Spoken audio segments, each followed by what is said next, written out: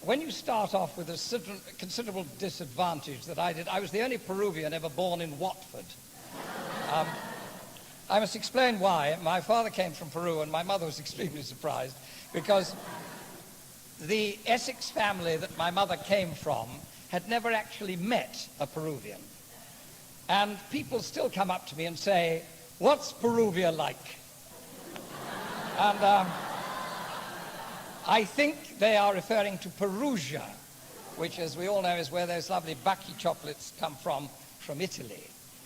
But Peru was where my ancestors finished up. I'm actually the scion, or a long way down, from a Jewish gunsmith who was languishing in a dungeon in Sevilla when Pizarro turned up and said, either you get cooked next week or you come to Peru with me. I need a gunsmith.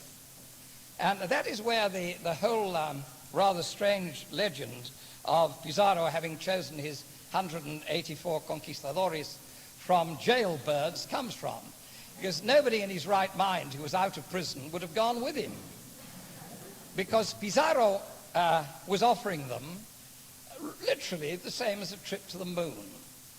My ancestor went with him, along with a lot of other ancestors who were either Mudéjar, they were either Moorish, or they were Judío, they were Jewish. And they went with Pizarro and became Catholic, because there wasn't much alternative at the time, and married Incas. So not long ago, I was talking to my very dear friend, Sammy Davis Jr., and I said, "Standing next to you, Sammy, you look like a thoroughbred." Now, I was born in Watford, which is in Hertfordshire, but at the age of 1, my father, who was a retired electrical engineer and an aeronautical engineer and a mechanical engineer and a damn good mathematician, developed asthma. And the specialist said, "Folkestone is marvelous for asthma." So we moved to Folkestone. The specialist was right. Folkestone was absolutely unique for asthma. Practically everybody in Folkestone had it. So my father was unable to fulfill his commitments as an aeronautical, electrical, or mechanical engineer, and so he started to use his very adroit mind to investigate all sorts of different things. Now, he became interested in what is loosely called the paranormal, which to me is the normal. I mean, when I was a little boy, I used to go around to other little boys' houses and feel rather deprived because none of the furniture moved on its own. And when I found that this was the norm, then I felt even more deprived. But there it was. Daddy came into this rather strange area of research in 1930, I think it was. I was a boy of 8, and my mother said, a friend of mine, Miss Peirce, is going to a spiritualist meeting at a bungalow near Hawkinge, which was the airfield perched high above Folkestone. And father, a very shy man, and he said, "Well, yes, if she needs a lift, I'd be delighted, but I can't stay." Mother said, "You will stay and pick her up, and then you will bring her back." So father said yes, because he was a good husband. And he went there, and the sitting was in a bungalow beside Hawkinge airfield. Now, what had happened was that the lady who owned the bungalow was the widow of an RAF pilot who had been killed on the airfield some years before. And she became interested in spiritualism. I hasten to add I am not a spiritualist. I don't knock it, but I'm just an ordinary researcher, and so I'm a compulsive non-joiner. I don't join anything until I've stopped researching. So you'll have to excuse me if you thought I was a spiritualist. I don't knock it at all, because there are many beliefs that I hold in common. Anyway, father turned up, and he was the only man there in a small sitting room in which there were about 15 or 20 people. So father was in a corner, very shy man, and the medium came from Tenterton or Canterbury, I can't remember which.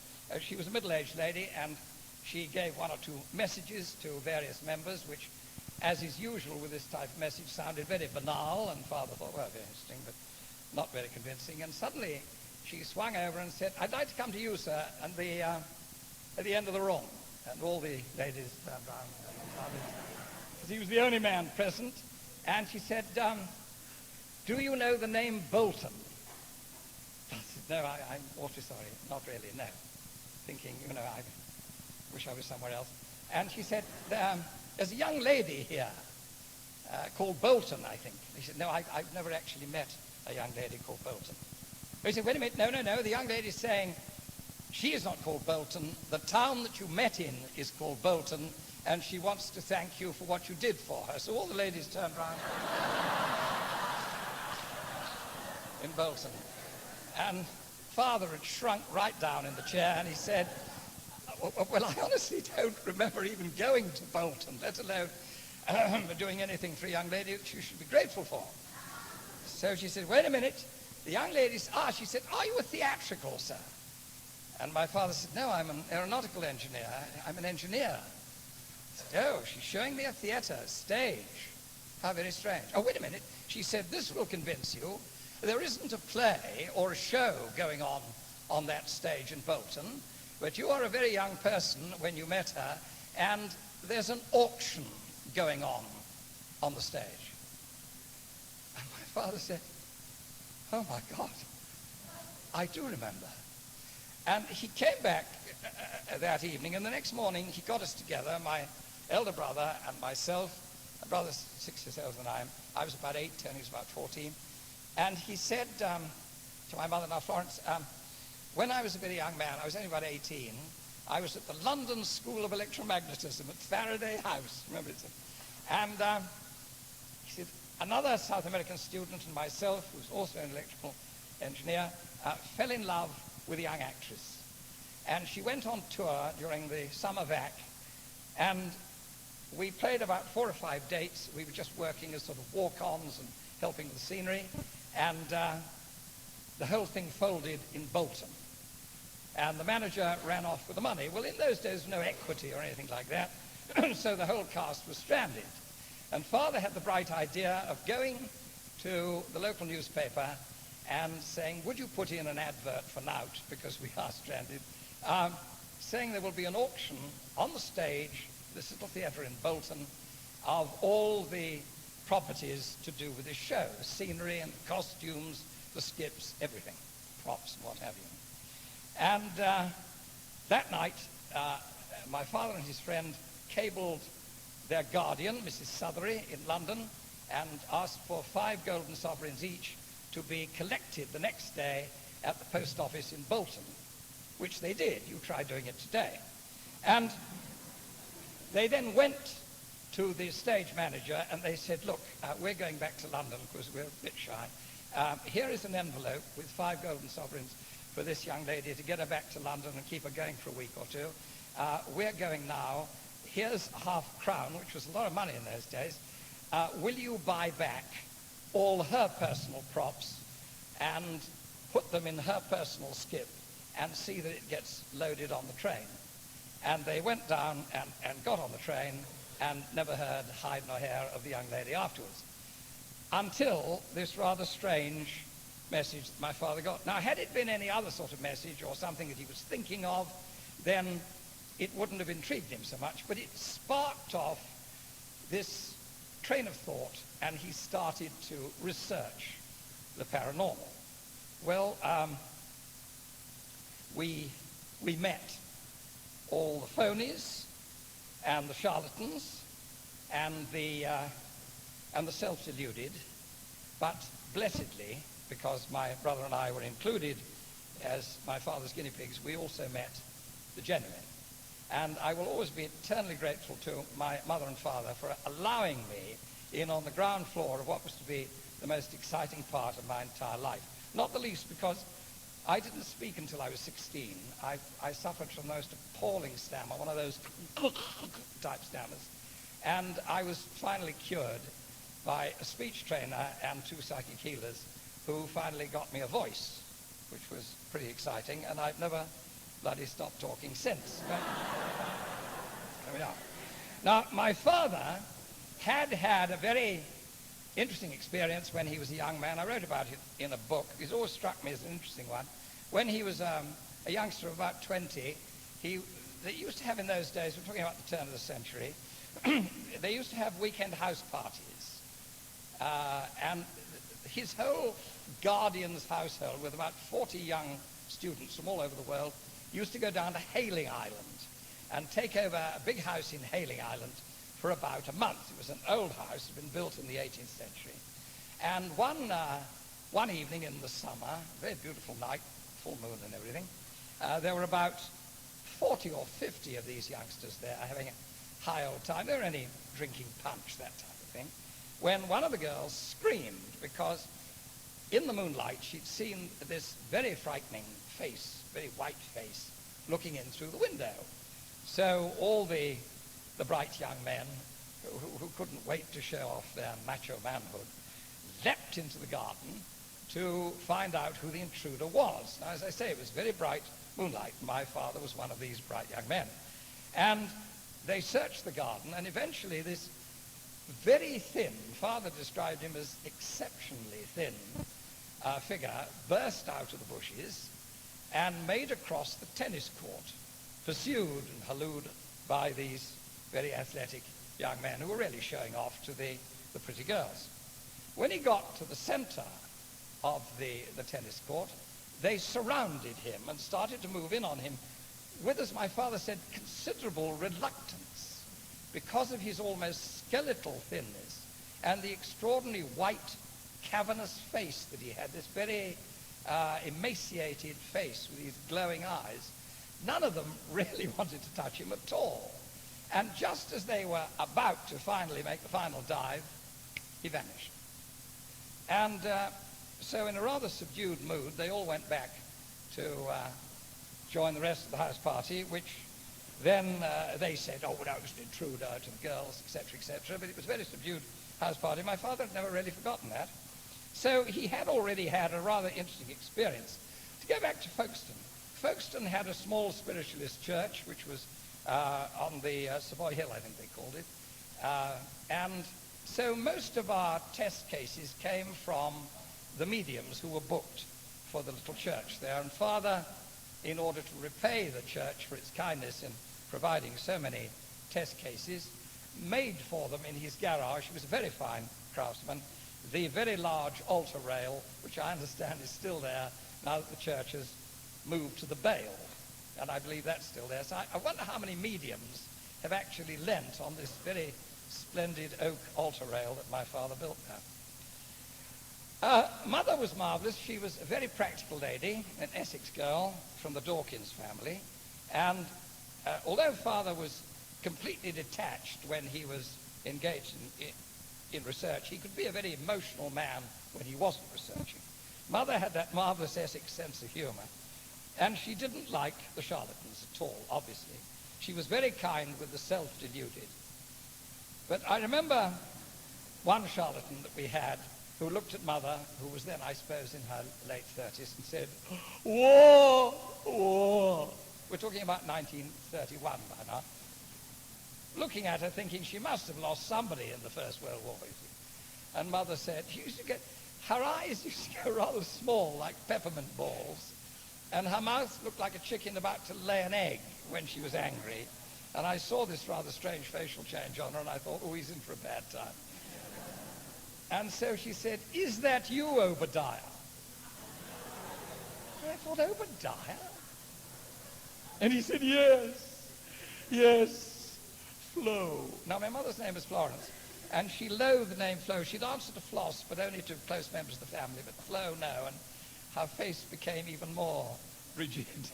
And she said, yes, it's a miracle to talk to you, Obadiah. I said, yes, it is. She said, especially as you're a dog. However, to continue with the phonies, because we had an awful lot of them too, before we got to the genuine gold, we got what I would call the regulars at seances. For example, the regulars were Napoleon Bonaparte here, and on one glorious occasion, Napoleon E.C., which was the full extent of Bonaparte's French. And Count von Bismarck, who spoke no German,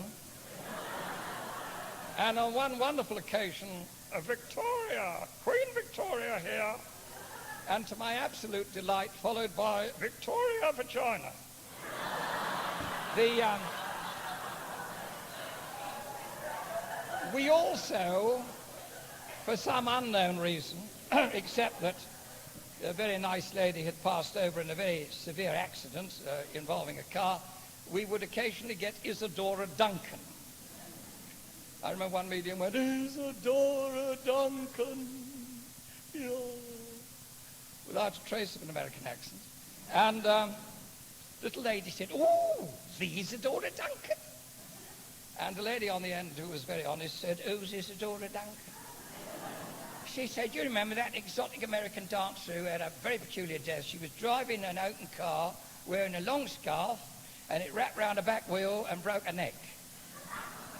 She said, have you a message for us, Miss Duncan? And my mother said, 80 to 1, she's going to say, don't drive an open car while wearing a long scarf. So we had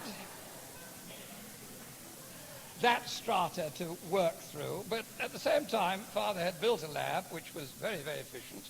He'd spent an enormous amount of time building various types of physical apparatus, like very sensitive spring balances, a Morse key which would go off if you just touched it, and a marvelous electrical apparatus which spelt out all the letters of the alphabet, plus good night, God bless you, and everything else, which also you only had to breathe on, the thing started working. And we sat round a table for 3 months with these very fine pieces of apparatus, none of which moved at all, and at the end of it, the table went straight up in the air. And I remember my father saying, I think they're trying to tell us something. Now, we had a lot of the early researchers using the old table tapping technique, and people say, you didn't go into the old table tappers yet. And I'm fully aware of the experiments that were done in Toronto, I think it was, in which some young scientists got together and they invented an archetype. They invoked an archetype which they called Philip, and they put together all these ideas of what Philip would be like. And of course what they did in the end was they created the archetype of Philip in the same way that one Arthur Conan Doyle created the archetype of Sherlock Holmes. If I say Sherlock Holmes to you, you all more or less see the same thing, the man with the 4.5 ton, and the big magnifying glass and pipe, and the Norfolk jacket or the Inverness cape with his friend Dr. Watson. If I say Robin Hood to you, you see a brawny archer with a beard, looking either like Errol Flynn or whoever played him the last time on the films, or Richard Green. And you have in your mind such a clear picture that it's interesting when you consider that neither of them ever existed. The same with Philip. You can create a synthetic entity, and by summoning the totality of your energy, which the Chinese would call qi, you can then move furniture, etc. In the case of the 6 years that I worked in table seances with my parents, I was fascinated because the table took on a different personality as each entity came through. It sounds insane, doesn't it? Because we only rested our fingers on it, the table moved under our fingers. And from the moment the phenomena started, there would be a current of exceptionally cold air which would start at our ankles and start circling underneath the table, rise to the level of our waists, and then the table would start to move. Also, we got very, very strong generation of electrostatic energy. Now, the scientists will instantly say, how did you measure it? We didn't. We just knew it was there because Mother and I had very similar dry, curly hair, and as soon as the electrostatic was generated, it went straight up in the air like Albert Einstein. So we knew that for the physical phenomena to take place, it required static in considerable amounts and also a drop in temperature. There's no question of a drop in temperature instantly saying this phenomena will be evil or manifested in a negative fashion. It just happens to be the conditions under which this type of thing seems to work. We're talking about physical phenomena. Another interesting factor about the table sittings was that when the table was tapping out its form of Morse, it was rather like when I was working in British intelligence during the war, which proves how desperate the British were during the war. Our operators using the S phones each had what we called a fist. And that was, you could instantly tell who was operating it by the beep, beep, beep, beep, beep, beep, beep, beep, beep, beep, beep, beep, beep, beep. There was a cadence, and everybody had a different fist. And one of the security checks that you weren't in enemy hands or being coerced in some way was you had built in a security check. And in the case of Operation North Pole in Holland, sadly, the control operator at London Signals HQ didn't pick up the fact that this particular agent had been captured, and so everybody that was dropped subsequently went into the hands of the Gestapo, and most of them died in the concentration camps. But the way the table operated was as distinctive as a Morse operator's fist. There's no argument about that, which was interesting. We met people like Estelle Roberts, Helen Hughes, Joe Benjamin, Mrs. Osmond Leonard, Arthur Baduri, Bernard Roden, Enid Barmer, who was a transfiguration medium, quite the most exceptional medium I think I've ever seen, and Jack Webber, who was a physical medium, an ex-coal miner that lived in Tenterton. Enid Barmer's worth a mention. She was a small, rather pale lady. She charged 6 guineas for the weekend, 3 guineas for the Spiritualist Church, and 3 guineas for us, which wasn't exactly a fortune. Sat on a late summer's afternoon in a big chair in our drawing room, and in full light. We had to draw one part of the curtain so that it wasn't blinding. In full light of a late summer afternoon, her face changed into just about everything you could think of. A judge in full court wig, a young girl with red hair, all of whom were recognized. That was extraordinary. There were about 20 of my father's colleagues, all scientists, no wives. And there were 3 cameras operating. My father had a Kodak, one of those flip-flop things that the press used, the old 912. And Michael Tomlinson, David Tomlinson, the actor's brother, who lived just up the road from us, was using an Iconta, I think. And Dr. Jim Jameson, who was one of our researchers, was using one of the latest Kodaks, or whatever it was. And between them, they took 12 photographs of my father's signal. When they were developed, each by a different developer, one was Hawksworth Wheeler did some, Mike did his own development, and Dr. Jameson, I think, went somewhere else. I don't think Boots was operating there. And these 12 pictures came out, some on plate and some on roll film. And on the first one, there is Mrs. Barmer sitting in the chair. And on the last one, there is Mrs. Barmer sitting in the chair. The rest are all fogged. All the plates were fogged.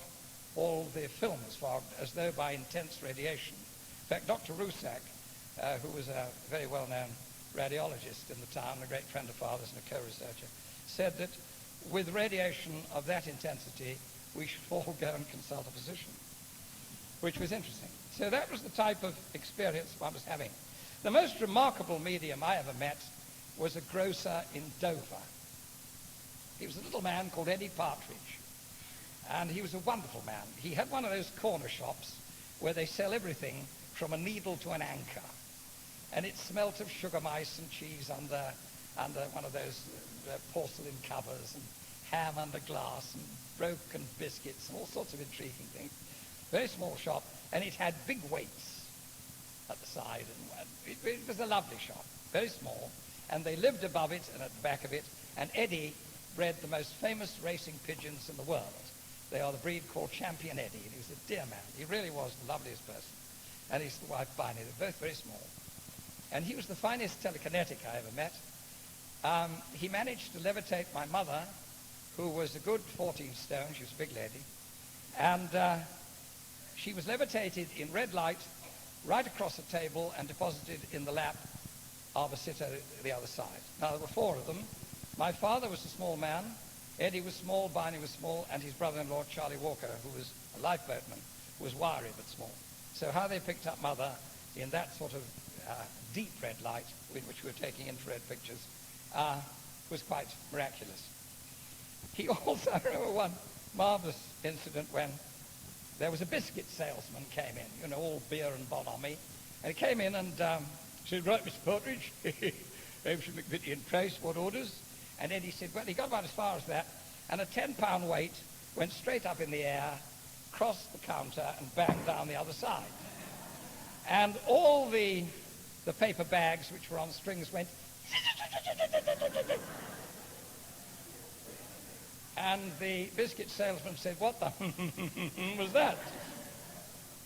And Eddie, who was very shy, said, "Probably the draft."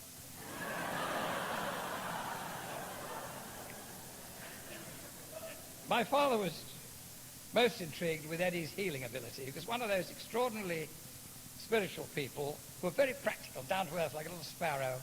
And during the Depression, which was in full blast in those days, he kept the whole of that district alive and well, and I don't think he ever dunned anybody for sixpence.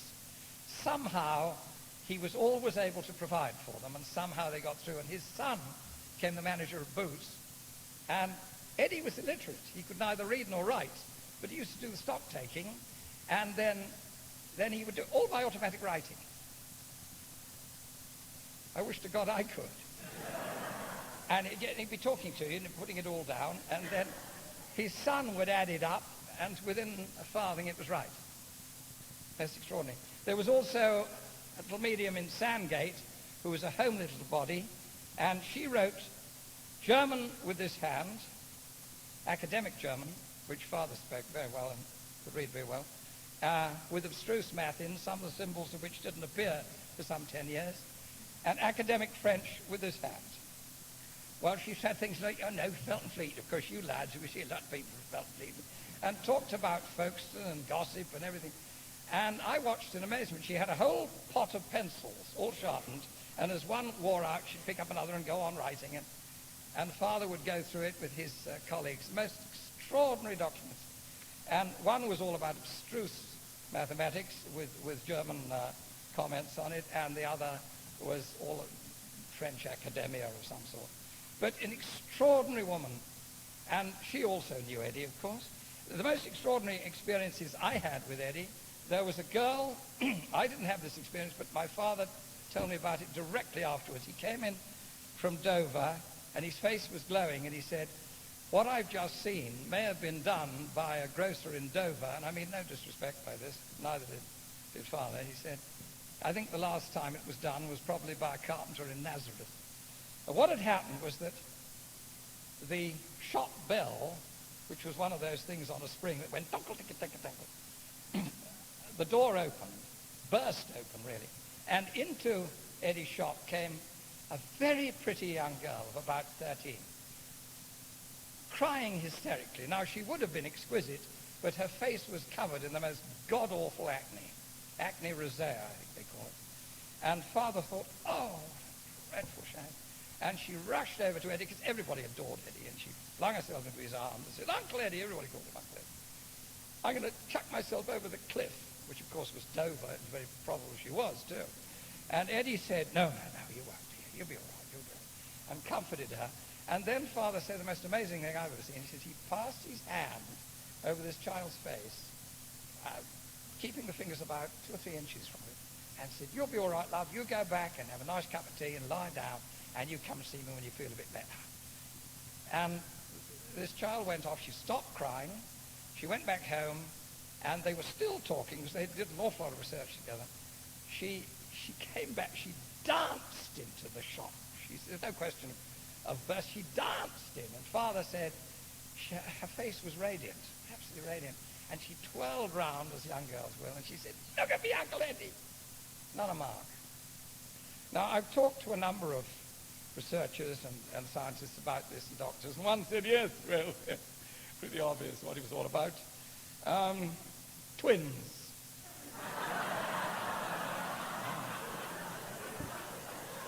Interesting theory. One with acne and the other without. Identical twins, of course. Unfortunately, she was an only child, so that theory went up the wall. Next one was more interesting. This time, it was a very interesting man. He was a great friend of mine, since passed over. He was a physician, very good one. He was Catholic, and he said, "It is possible, Michael," he said, "Catholics very often come up with the experience of hysterical stigmata." He said, you get contemplative orders of monks and nuns, Father Pierre being one of the most famous, who will manifest the wounds of Christ in ecstasy. And this is referred to in medicine as hysterical stigmata. I said, what about hysterical acne? He said, no, I've never heard of that. I said, no, well, I've had acne as a young boy, and there's no question about it. It is an appalling thing for a youngster to have, and at the same time, I don't think there's any way, no matter how rapidly it was healed, in which it wouldn't leave a mark. Now, I've talked to a lot of physicians about this, and they all came up with the same answer. Yes, we agree that's so. So what had been witnessed, and I don't want to offend anybody's religious sensitivity here, was a miracle of some sort. I can't possibly explain it, neither could my father. The experience I had with Eddie, which I've never forgotten, was just before the war, the outbreak of war in 1939. Like a lot of 17-year-olds, I was a bit apprehensive. There was that feeling of tension in the air.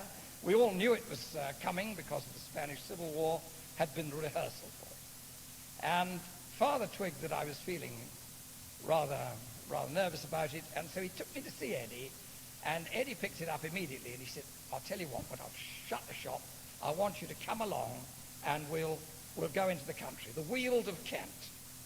It was a lovely late summer night, and again moonlight, intermittent cloud, about 6/10 cloud, and sure enough, we went into the Weald in Father's car, stopped about 10 miles outside Dover, went into a dell, and in the dell was a wood, quite a big wood. And in the center of the wood, which was full of bracken, very much like this particular summer, been a good summer, 39, produced a lot of bracken.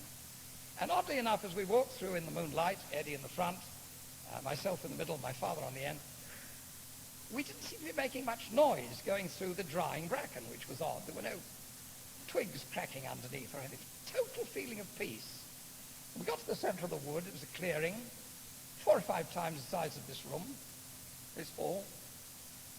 And Eddie stood in the center of it. I can see him now. He turned round, and the moon came out from behind a cloud, and it was shining on him, and his face was smiling and full of light. And he went. And then he made a sound. I can only describe it as a very quiet sound, halfway between a whistle and a word. And every bird, beast, rabbit, weasel, stoat, rat, anything, mouse, whatever, that jumped or crawled or hopped or flew or cawed or chirruped or answered him in one tremendous shout of welcome. It was as though Pan himself had entered the wood. And then he turned to me and he said, you see, and I can be frightened of, Michael. And I was crying, and I turned around and my father was crying. I've never forgotten it. It was a moment of pure magic. To get to war experiences in which the paranormal played a part, or as I think of it, the normal, I actually had a near-death experience about 500 yards from here. I was an RAF cadet, aircrew cadet. I'd only finally managed to get in after 14 months trying when I was arrested as a deserter, which was interesting as I hadn't been in yet. And my name was outside the theatre in which I was finally reduced to playing in the theatre, so I became an actor. When this sergeant came in and said, Mr. Michael Bentine, I said, yes. He said, you're 65 days adrift. Take your sword trade, you might do yourself a mischief. We were playing in Shakespeare at the time, and I was in a doublet and hose. And Robert Atkins, who was my producer, said, you're mad. He's trying to get into the RAF, not trying to get out of it. I got my orders, sir. You take your man into it. And they took me away in my doublet and hose. This is all true. I claim to be the first British serviceman to appear in a doublet and hose on a defaulters parade for 300 years. And I was behind the cell bars, and I was feeling a bit miffed, and I suddenly said, "Yo no hablé una palabra de inglés, solamente castellano." Mr. Oaksey, what did you say? I said, "I don't speak English, I only speak Castilian Spanish," which is a dead lie, really. He said, "You're bluffing." I said, no, I'm a Peruvian subject as well as being British subject. I said, if you've got some papers there, presumably you have, by some miracle, my last application, the 14th, was accepted. Only nobody bothered to tell me. So he looked at it, he said, oh, God, Fred, he really is a bloody wog. So when I finally got into the RAF, I was extremely enthusiastic about coming here for my aircrew training. And right in the middle of it, when things were going terribly well, we were lined up because we were going to be sent. We'd been off to ITW, and then we came back again, off to EFTS and came back again, and we were going to be shipped to Canada. We knew that because we were issued with tropical kit. If you went to Rhodesia or South Africa, they issued you with Arctic kit to fool the Hun. And we were the last 3 aircrew cadets on the end of the flight. And I saw this medical orderly change the bottles of serum. This was ATT, the booster injection. We already had the others some months before. This was the booster for going overseas. Anti-tetanus, anti-typhoid, anti-paratyphoid, anti-typhus. And we, as I say, were the last 3. And we were banged in this arm, banged in that arm. 6 hours later, one of us was dead, one of us was paralyzed, and I was dying.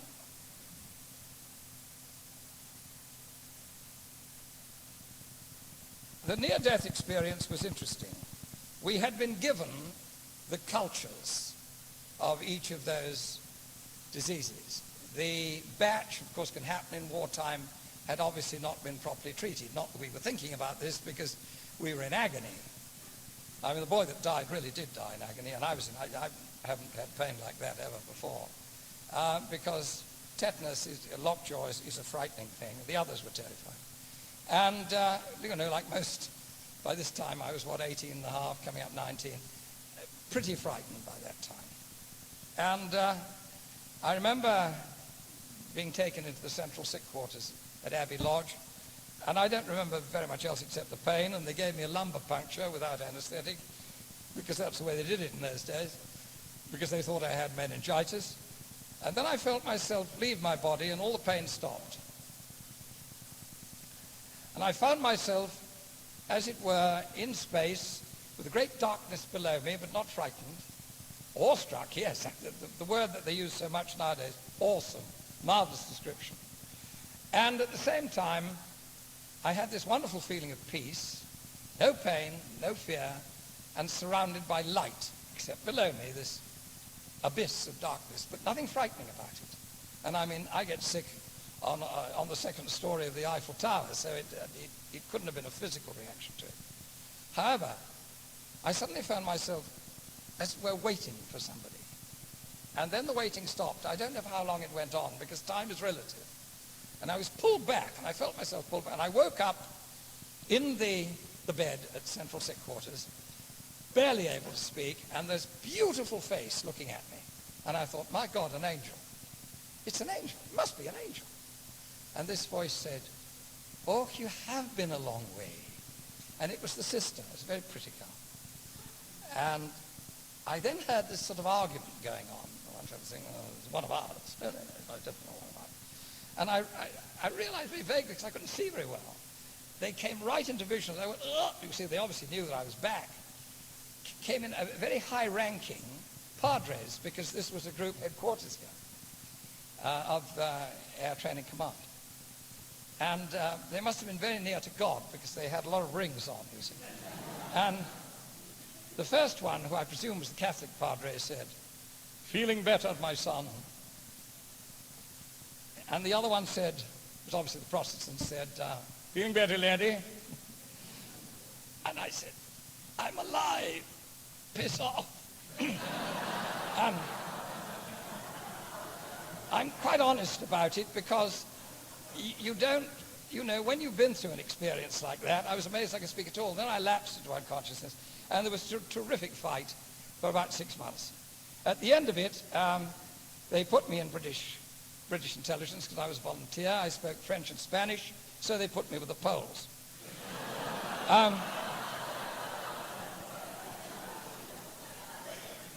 the Poles weren't the luckiest, but they had wonderful eyesight. They could not only read the bottom line of the eye chart, they could also pronounce it.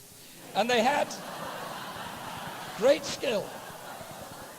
Dear, wonderful people, and I shall be meeting one on film next week. We're going up to Hemswell to chat each other up and things. When I was with 626 and 12 Squadron at Wickenby, during that appalling winter of 43-44, when we lost something like, I suppose, between 18 and 20,000 personnel in those appalling raids over Germany, I found myself reacting in a very peculiar way. I used to brief a lot of the raids. I used to fly with any aircrew that were kind enough to allow me to fly with them. Because a lot of these aircraft were, of course, single controls, and they'd have to release the controls and you jump in. Because I could fly an airplane, remember. And I had the extraordinary experience of being so close to aircrew, especially when you briefed them and have flown with them, of walking into the mess after briefing a raid on, say, Peenemünde or Duisburg. They're all named after fish. Berlin was whitebait, I remember. Typically British there. And I would see which ones would die that night because their faces turned into a skull. And it was the most appalling feeling. Now, being in intelligence, one was able to follow the course of a missing crew very often, unless they were never found, because the ones that were killed in action would come back as a form, through Switzerland, through the Swedish Red Cross, the International Red Cross. So I knew damn well how horribly accurate this particularly loathsome curse, is the description that I gave to it, had become. I'd become too involved with the whole operation. And I went to the local padre. I didn't go to the MO because he'd have put me in the nut house. I went to the padre, who was a First World War Grenadier Guards officer who had left the war, First World War, and taken holy orders. And he said, you wouldn't be the first person to come to me with this particular condition. And I said, how do we get rid of it? He said, we kneel down and we pray, which we did.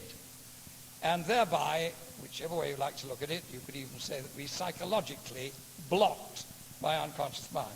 And it never troubled me again until 1971, when I was falling about laughing with my elder son, Gus, and his mother. We were falling about laughing about nothing in particular, as we always did, in the old nursery at Isha.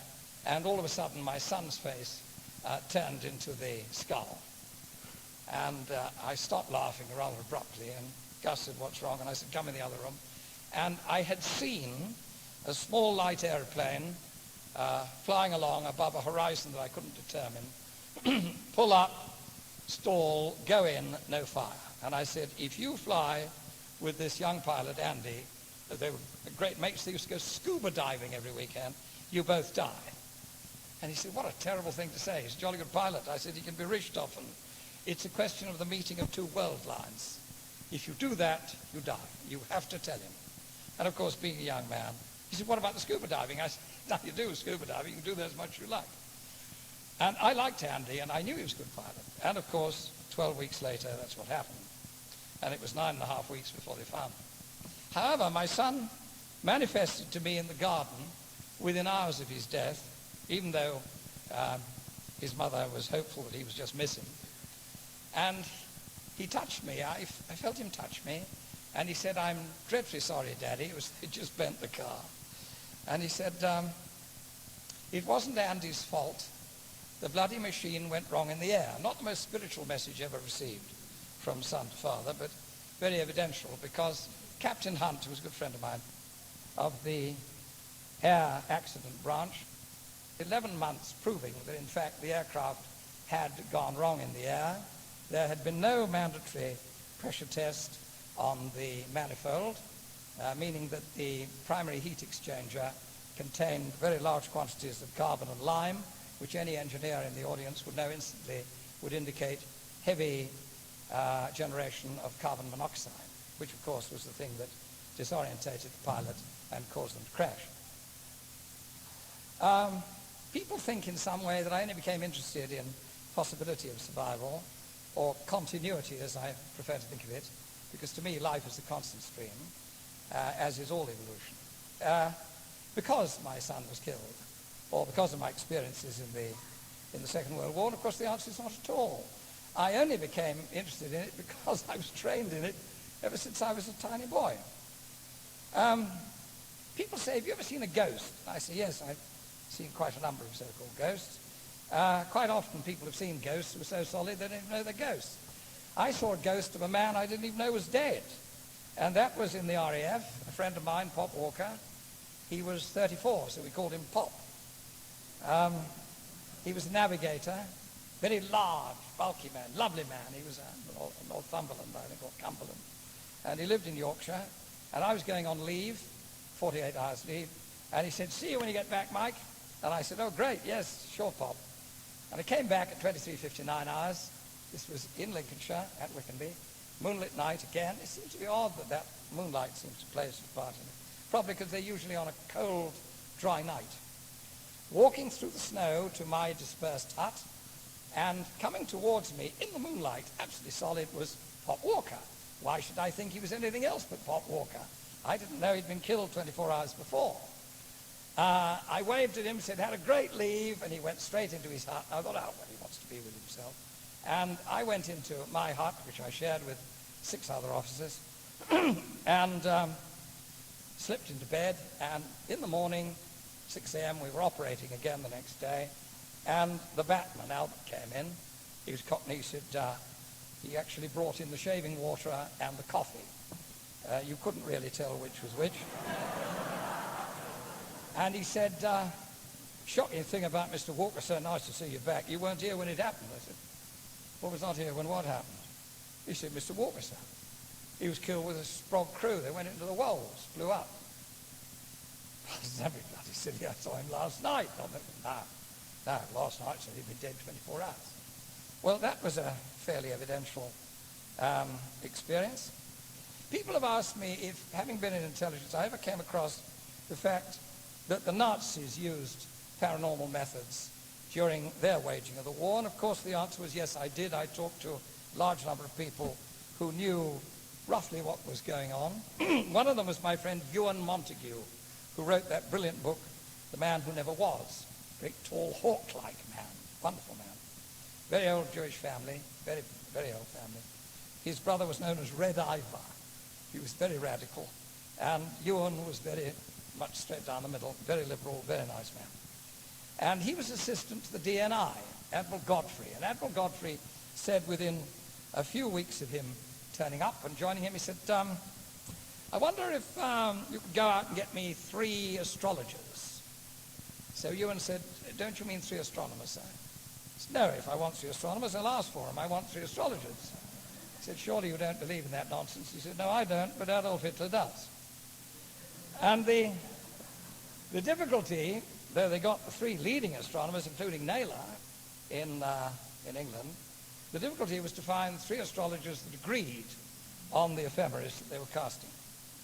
So this sort of thing went on. There is, of course, the extraordinary case of, I believe the name was Mrs. Grundy. I only ran across it once, in which I was doing some PRU, Photographic Reconnaissance Unit briefing, and there was a pair of dowsers. They were in their late 70s. One of them was 80. I think their name was Mr. and Mrs. Grundy, but I'm not sure. And they used to be let in by Admiral Godfrey into the chart room at the Admiralty, which was slightly harder to get into than the Kingdom of Heaven. And there they would douse charts of the enemy coast. Oh, how interesting. We've got 2 destroyers. Oh, yes.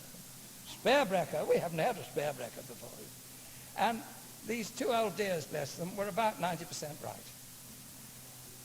Because we didn't send out PRU. I didn't know, actually, at the time that was the source of the information, or I might have been slightly more reticent in sending out my aircraft. But because they were unarmed, except for their cameras, and they'd come back with the results.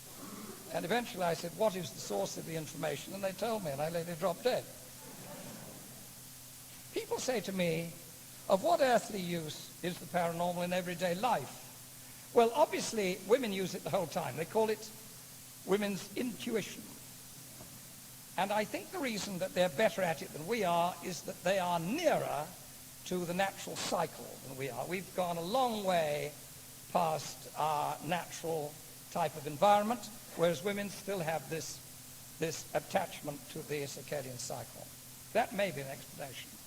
I know that if my wife says, instinctively I feel that's wrong, I'd accept it. If she says, I've been thinking about it for 3 days and it's wrong, I'd argue. What is so infuriating is she's usually right both times. Quite recently, shortly before Mary Rogers, the medium, died, I had an extraordinary experience with her. There were about 17 of us. We were holding experimental sittings at St. George's Hill. And all of a sudden, Mary went into a trance and she said, "Donald Campbell here, Michael." Now, I'd only met Donald Campbell once in my life. But anybody who knew Donald would know that he's an extraordinary person, and he impressed himself on your mind for the whole of the rest of your life. And so I said, well, all right, if you are Donald Campbell, then you can answer this quite simply. Where did we meet? When did we meet? Why did we meet? Where did you take me? And what did you take me to see? And he laughed, and it was Donald's laugh, no question. He said, that's easy. That's easy. He said, we met at the BBC. I'd come to collect Tonya, that was his wife. I took you to Dolphin Square, where his flat was, and he said, I showed you my father's hunting rifles. Now, there were only 2 people in that room who could possibly know that. I was one of them, and presumably the shade of Donald Campbell was the other. That sort of evidence is so unexpected, it's awfully difficult to logicalize. I suppose somebody could say, well, perhaps Mary Rogers had known Donald Campbell. I'm sure she had. But it's extraordinarily unlikely that Donald Campbell would have told her about that very slight occurrence. It was slight in the same way that my father's first piece of evidence about the Ladyship of Bolton was slight. But it was interesting to me. People have said to me, is there such a thing as a psychic attack in terms of Diane Fortune's brilliant book, Psychic Self-Defense? I love that title, Psychic Self-Defense. And I say, yes, I've come across a lot of it. I've suffered from some of it in terms of the media. I disagreed with Sir Hugh Carlton Green over certain principles that he was employing in the BBC. And from then on, I did suffer quite a heavy type of psychological attack, which halted my career in the middle of Square World, which you remember with such delight. I'm so pleased. But he was an odd man, very strange gentleman. During the war, Maxwell Knight, who was the head of MI5, was himself a ritual magician, and he knew Aleister Crowley very well. I discussed this type of thing with Dennis Wheatley, whom I only met once and had a most marvelous evening with many years after the war.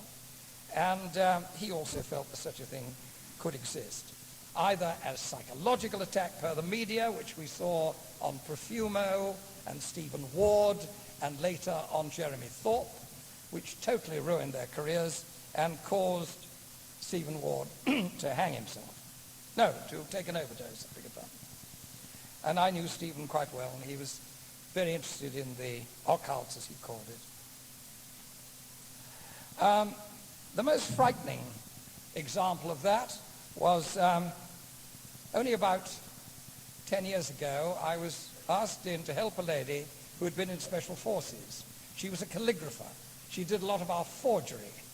We used a lot of special documents, Ausweis, this type of thing, that we would equip our agents in MI9 with, and in SOE as well. And this lady had fallen foul of Coburn operating near Reading, so much so that a series of unexplained accidents had happened to her. And my wife and I went on a very bright April morning where we'd been for the rededication of the plaque on the north side of the chapel in Wilson Place, which has the names of 46 members of the Women's Motor Transport Corps who died due to enemy action. Actually, they contain the names of such marvelous women whom I'd had the honor of knowing as Violette Sabo and Noor Inyad Khan, who was one of the truly great operatives that we had with SOE. The interesting fact was that this woman, who wasn't of nervous disposition and very tough, was totally terrified. The other interesting fact that my wife immediately picked up was that the atmosphere in her very charming Mews flat just off George Street was ice cold. I mean, much colder than the outside atmosphere. And although it was very brightly painted in white, the whole atmosphere was totally oppressive. When I asked her what she was doing about this psychic attack upon her, she opened a cupboard which she had lined with black paper, and on it were dishes with floating compass needles in, which kept turning, and photographs of the people who were, as she believed, attacking her. I did what I could for her. I said, I'm not a specialist in this type of thing. I put her on to people like Dom Robert Petitpierre, who was a friend, and various mediums who helped her. She suffered still various types of attack. This was by now midday. And having convinced myself that in fact she was in some sort of trouble and was herself a practicing ritual magician, which she hadn't told me, she said she was a dowser. We were driving back, as I say, on a chilly, lovely, bright spring morning, and we got as far as going along the A3, just opposite New Malden, and as I was talking to my wife, I fell asleep at the wheel. But luckily, in the last moment of consciousness, I pulled into the side of the road. Now, there was no question of a blackout, there was no question of a seizure or laryngeal vertigo, the Pythagorean maneuver in which you cough and cut your brain off from oxygen. There was nothing like that. I was just talking, it went plunk out. And she grabbed the wheel and we'd pulled into the side of the road. And it was about 30 seconds before I really came round. And that, to me, was an example of the sort of power that lies inherently in the type of field that we are investigating. As to its dangers, they're obvious.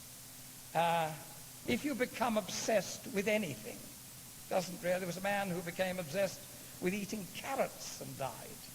He was a civil servant who lived somewhere near New Malden. You can become obsessed with anything. But in this area, in which you are literally relaying straight through to the unconscious mind, you have to be very careful how you proceed. And in the new book, which is coming out in the spring, I detail the whole of the techniques by which my father taught me visualization without it becoming obsessive and then subsequently possessive. I've come across two appalling examples of possession, and I have worked with Dom Robert Petitpierre, the late Dom Robert, who was one of the most exceptional men, like Eddie Partridge. When he died, that really was extraordinary. He was in hospital, and he said to the nurse quietly, "Excuse me, my dear, would you leave the room? I'm going to die now." And she shot off to get the doctor, and when she came back, he'd gone. Exactly as he said he would. The worst example was Leighton Twigg, a publican in Dover. He had become obsessed with finding out the winner of the 1:30, the 2:30, the 3:30, etc. He was a publican. He didn't drink himself very much. He was very much a Clive Dunn character with rather snails-type moustache and very quiet and rather pedantic. And not at all the sort of person you would expect to be the usual archetype of the publican, full of bonhomie. No, not at all. But the pub was a place of pilgrimage because Leighton Twigg could come up definitively with the winners of these races. In fact, he was investigated by the local police in case he was part of a betting ring. Unfortunately, he was one of those little men who have a very large ego, and he became arrogant, puffed up, refused to take anybody's advice, including Eddie Partridge's and my father's, and eventually became possessed by one of the most terrifying transmutations, that's the only word for it I've ever seen. This is a small man, about 5'6" or 7, who became a man well over 6 foot, of great girth. His face swelled, it totally changed, lycanthropically into a totally different entity. The voice became a bellow. He stank of stale ale, and he smashed up every stick of furniture in the apartment above the pub. Eventually, it became so dreadful that his wife called in Eddie Partridge, my father, the local doctor, who was also a psychiatrist, or studied it anyway, and the local priest, and between all of them, including Charlie Walker, who was Eddie's lifeboatman brother-in-law, they managed to subdue this terrifying entity which had taken over Leighton Twigg's body. At the end of it, Twigg broke down and returned to his normal size and thanked them. I mean, he was crying, he was in a terrible state, and the priest blessed him. He was put to bed for 48 hours, and everything proceeded normally after that with no trouble at all, until people started saying, "What's the matter, Leighton? You lost your powers then? What about the old winner of the 230, eh?" And his vanity got the better of him, and this time nobody could get rid of the entity, who was called Old Pal. And eventually Leighton Twigg died in Charlton mental hospital in a padded cell. So people say to me, "What is your spectrum of experience?" That is a fraction of the things that my father introduced me to, that I was lucky enough to experience with my family, and which taught me the fractional amount of knowledge that I have at the moment. I cannot explain what forces were involved, because that is only a subjective theory as far as I'm concerned. I leave it to able and eminent scientists and engineers like Arthur Ellison, Eric Laithwaite, Dr. Richard Gregory, Professor John Hasted et al., and of course our friend from Edinburgh, Professor Wilson, and all of them I will listen to and hear their explanations. Bill Tiller in America at the Stanford Research Institute, Russell Targ and Harry Putov, and many scientists both here and in the Soviet Union, in France, in Spain, in South America, that I have talked to. Obviously, there's a great awareness going on, thank God. I don't wish to in any way offend anybody's religious susceptibility, because that is an intensely personal thing. I try and keep an open mind. When people say, "What is your religion?" I say, I'm a Judeo-Christian. They say, "What does that mean?" I said, "Well, there's an old saying, roses are red and violets are bluish. If it wasn't for Jesus, we'd all be Jewish." And I try very hard to study the old knowledge which came out of Egypt. I find the Kabbalah too intricate for me, and I've had some very learned scholars explaining it to me. I'm fascinated by Professor Mandelbrot's brilliant synthesis, the mathematics of chaos, and with my nephew, who's a fine mathematician and a mathematical editor for Oxford University Press, he came down to explain to his idiot uncle how the math worked. It's non-linear, of course, and it's extraordinarily interesting how simple the equations are. Z can be substituted by z squared plus c, the constant. If you plot that into a program for a high-capacity computer, as we've done, you receive images of incredible intricacy which go on up to the capacity of the computer. And we've actually used mainframe computers on it as well. And it's obvious that we are now beginning to crack some of the mysteries of this particular area. In it, as my father said, motive is everything. If you enter this area with the idea of acquiring power, you are going to be desperately hurt. I mean desperately hurt. If you enter it with the idea of using it in order to manipulate others, also you'll be desperately hurt. If you enter it with an open mind, under advisement, and with the help of sensible folk like yourselves, you won't really come to much harm, provided you do it very carefully and never alone. Thank you very much indeed.